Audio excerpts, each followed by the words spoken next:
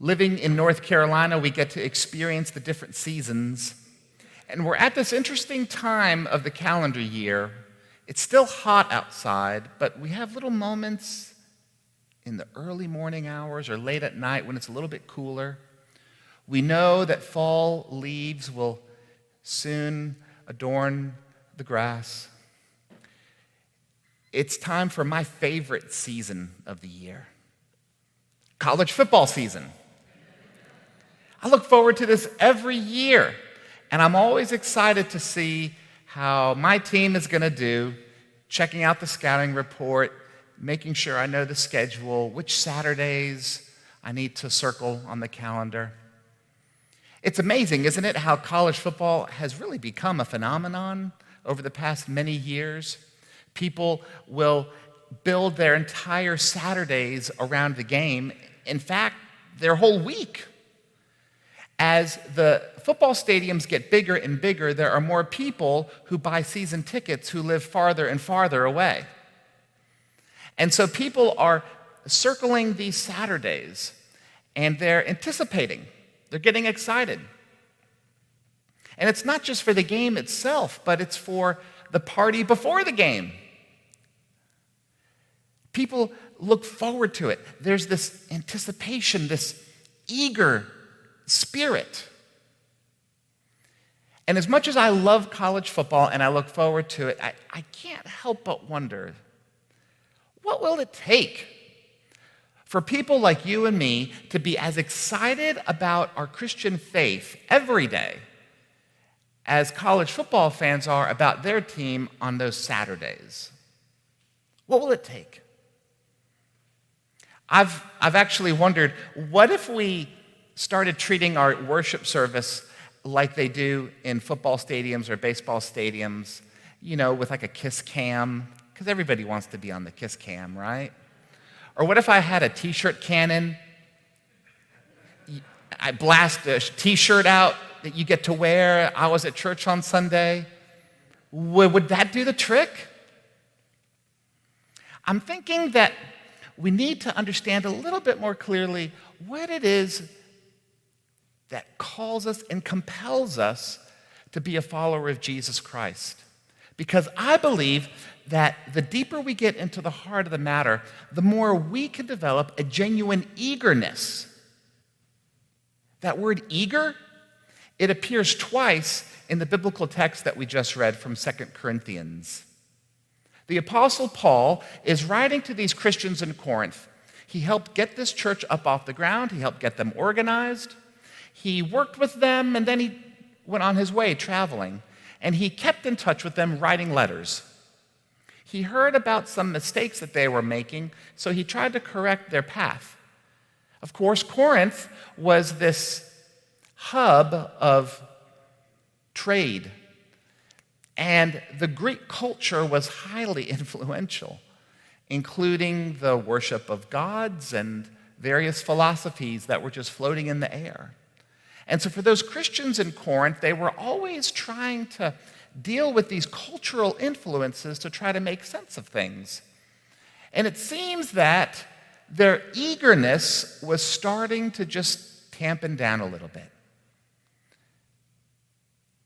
I wonder for you and me today, when you got up out of bed and you got ready to come to church, was there an eagerness in your spirit? Was there a sense of zeal, excitement? I believe that we're living in a time where, for many people, our sense of zeal and excitement, our eagerness, has been dampened a little bit. And a lot of us are not eager for anything. Do you find that to be the case? Maybe for you, maybe for someone that you know dearly.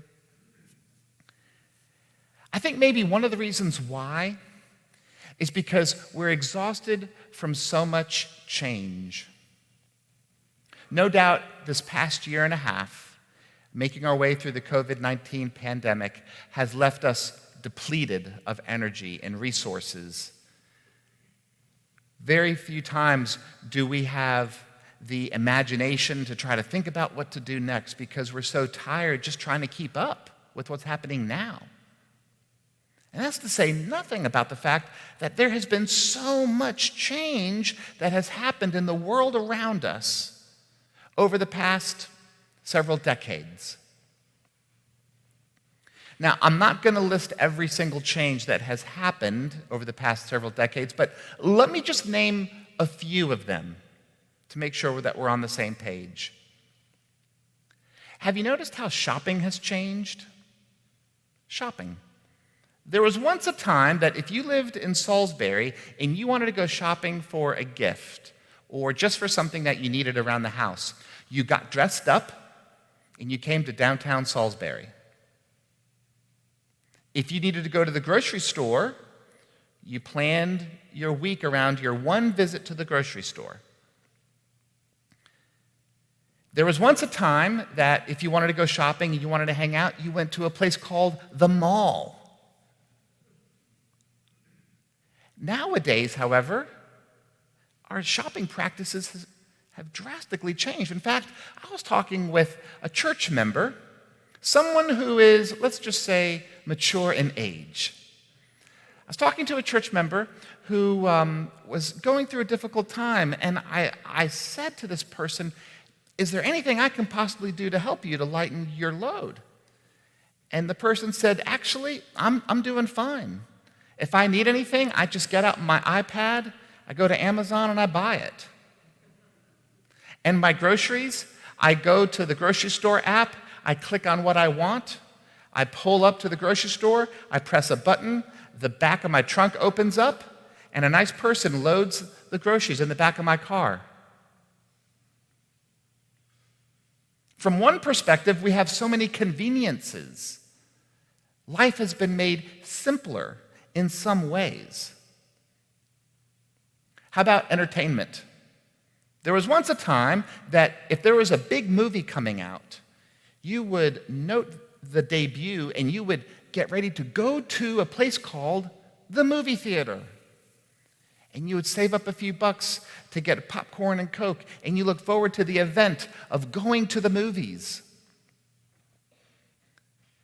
Just a couple of months ago, a big-time movie producer named Barry Diller, one of the most successful in the business, he pronounced the movie industry is dead. At least the movie industry that he knew, claiming that things have changed so much. A lot of it is thanks to something called streaming, how you can watch on your tablet, your phone, or your TV just about any movie whenever you want.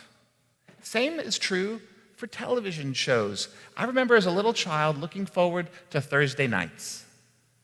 I would get my homework done because I had at least an hour and a half worth of TV that I was looking forward to all week long.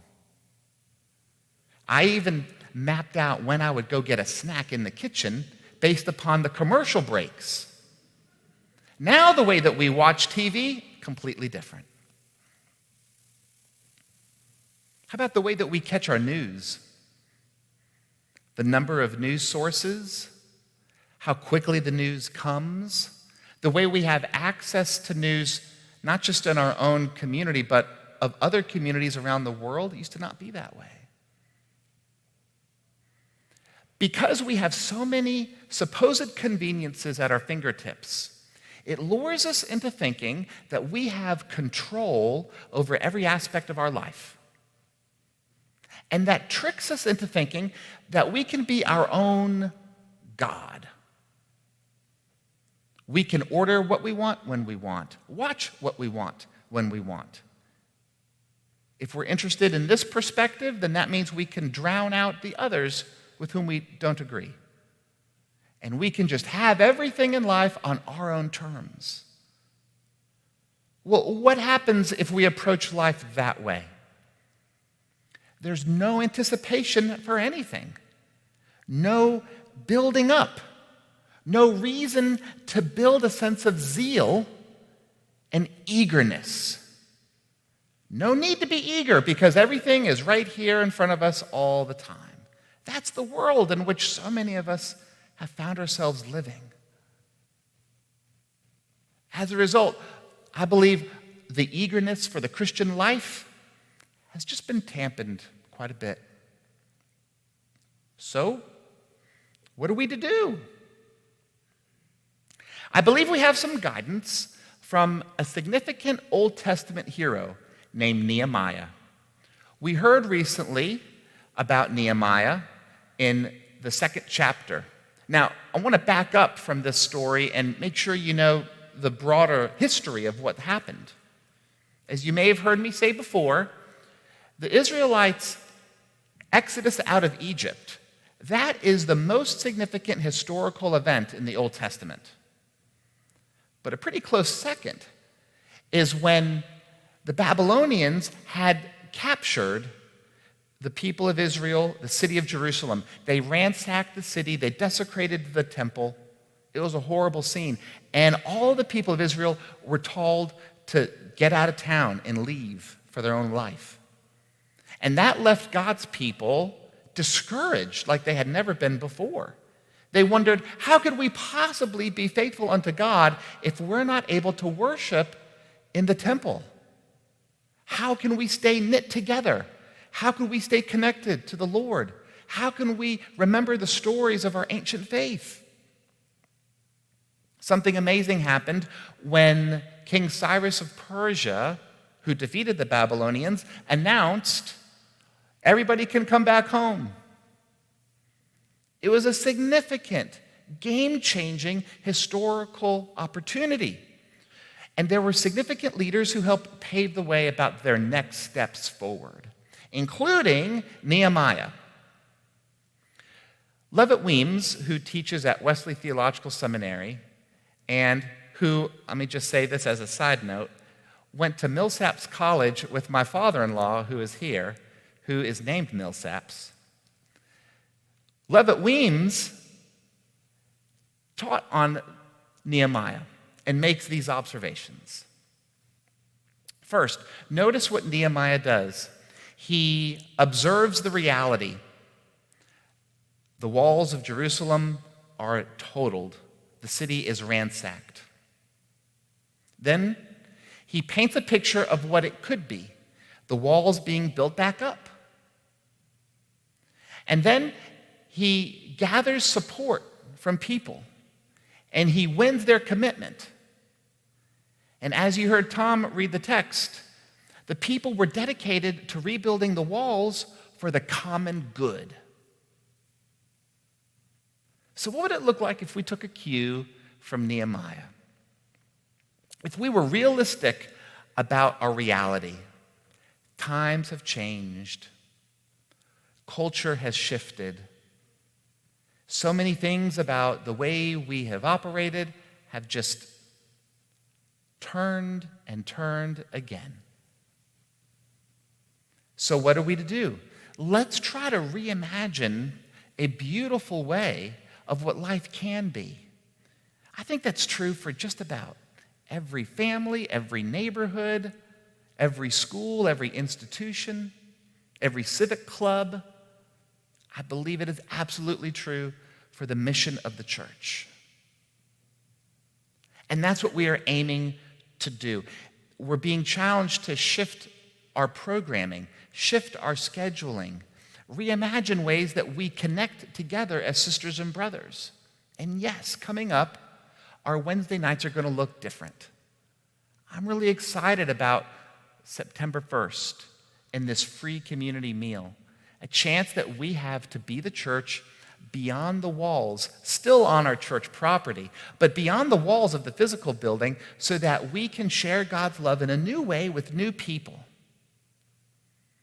And it's not just that meal, but it's how you live your life at school, at work, in your neighborhood, with your family, with your circle of friends. You see, you have the opportunity to help build back up.